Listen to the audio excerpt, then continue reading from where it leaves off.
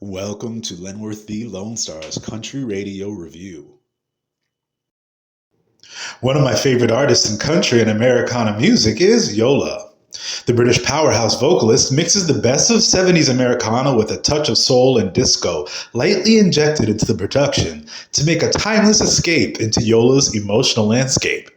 Simply put, her debut studio album, Walk Through Fire, became a critically acclaimed standout in Americana and country music scenes, and I personally am obsessed with that album. And it doesn't hurt to find out that Sis is British with a Caribbean background as well. One day, I'll talk about country, folk, and Americana artists with Caribbean backgrounds in more depth because I'm of Jamaican descent and I love country music. And I love seeing the Caribbean diaspora excel in this genre, but that conversation is for another day. Her album, Walk Through Fire, is a no-skips album for me, with many heartwarming ballads like Walk Through Fire, Shady Grove, It Ain't Easier, and Love All Night. But her heartbreak song, Ride Out in the Country, was a surprise for many listeners. A Black woman claiming her place firmly in a country music landscape with a tinge of soul that is reminiscent of Chris Stapleton. Since the release of her first studio album, Yola has become a critically acclaimed British star. She's been nominated for several Grammys, including Best New Artist, alongside other icons like Lil Nas X, Billie Eilish, Rosalia, and Lizzo, so competition was incredibly stiff that year. That year, she was also nominated for Best Americana Album and Best Roots Song, and Best Roots Performance. She would win big at the UK Americana Awards for her first album, Walk Through Fire, in 2020 for the UK Artist of the Year and UK Album of the Year.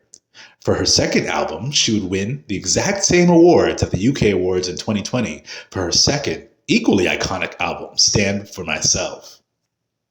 Her second album, Stand For Myself, didn't disappoint, and though it seemingly gives a somewhat more upbeat vibe, instrumentally and thematically, the albums match. Again, Yola incorporates 70s instrumentation trends and visual elements to evoke the soulful classic energy that lives in Yola's vocals.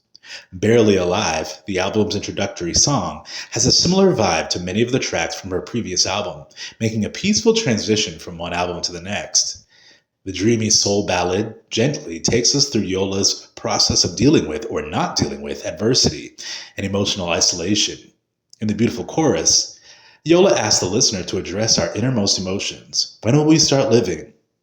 Could we even try? Dancing Away in Tears is ironically a feel-good, mid-tempo breakup song. The song's production makes it perfect for a relaxing groove on the dance floor, preferably disco. But the lyric details Yola's heartbreak as she has one last dance with her love, even though she knows the breakup is for the best. This track is one of my favorites from the album. Yola's all-around production and songwriting is well-rounded, cohesive experience. Each song has a different vibe, but they complement each other so well. Diamond-Studded Shoes, and it's an unabashed political anthem about capitalism, a working-class anthem that sides with the underprivileged, who many times can't rely on their political representatives to be honest about where all the tax money goes, while they wear diamond-studded shoes.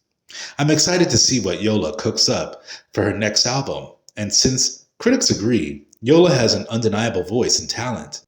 I want to see the general public become more aware of Yola's music because I think she's just getting started.